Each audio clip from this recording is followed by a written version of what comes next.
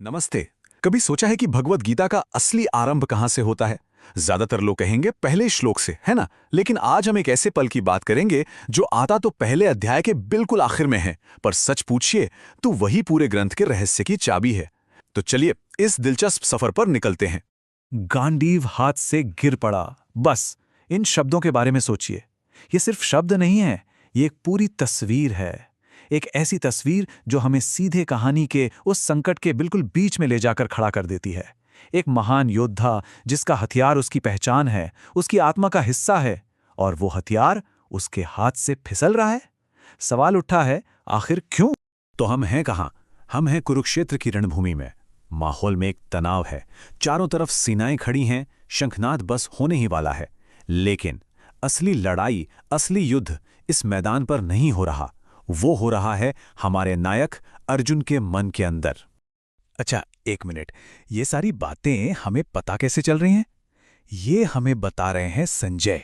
वो महल में बैठे धृतराष्ट्र को युद्ध का आंखों देखा हाल सुना रहे हैं, और उनका सुनाने का तरीका इतना जीवंत है कि ऐसा लगता है मानो हम खुद वहीं मौजूद हैं, सब कुछ अपनी ही आंखों से देख रहे हैं।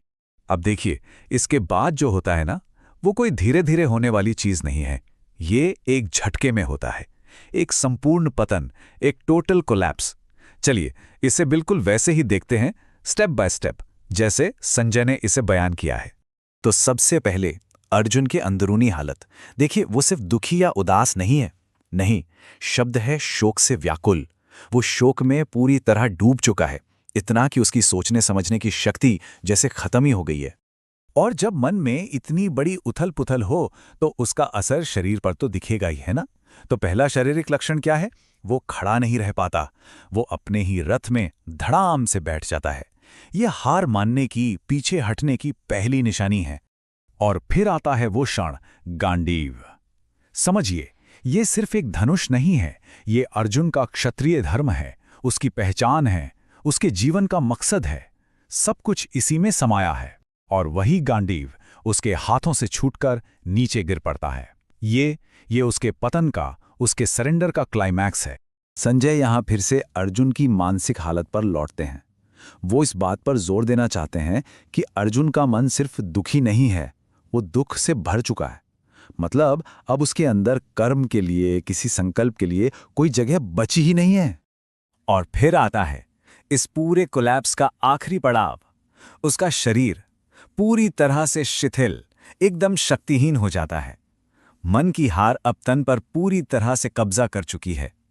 इस पल में अर्जुन पूरी तरह से टूट चुका है। तो अर्जुन का ये टूटना सिर्फ एक योद्धा की व्यक्तिगत कहानी नहीं है, नहीं, इसका एक बहुत गहरा, एक फिलोसॉफिकल मतलब है। असल में ये एक अध्याय का अंत है और एक बिल्कुल नए युग की शुरुआत भी। देखिए, गीता के पहले अध्याय का नाम क्या है?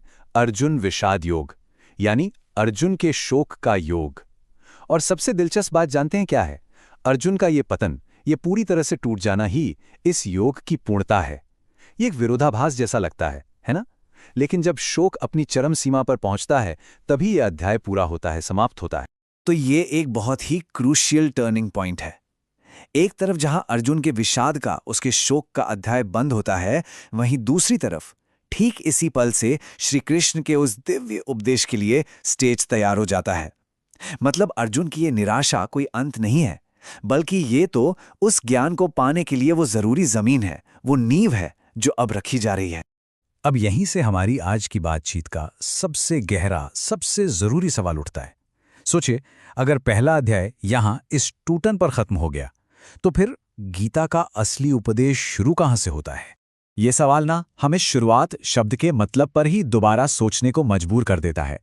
क्या किसी चीज की शुरुआत हमेशा उसके पहले शब्द से होती है, या फिर उस खामोशी से होती है, उस मौन से होती है जो उन शब्दों के ठीक पहले आता है? और जानते हैं, यही हमारी आज की बात का पूरा सार है। गीता का सच्चा आरंभ श्री कृष्ण के किसी उपदेश से नहीं होता, नहीं, वो शुरू होती है अर्जुन के उस मौन से, उस गहरे शोक से, उस संपूर्ण समर्पण से जो किसी भी महान ज्ञान को ग्रहण करने के लिए पहली शर्त है। सच तो ये है कि अर्जुन का टूटना ही गीता का बनना है।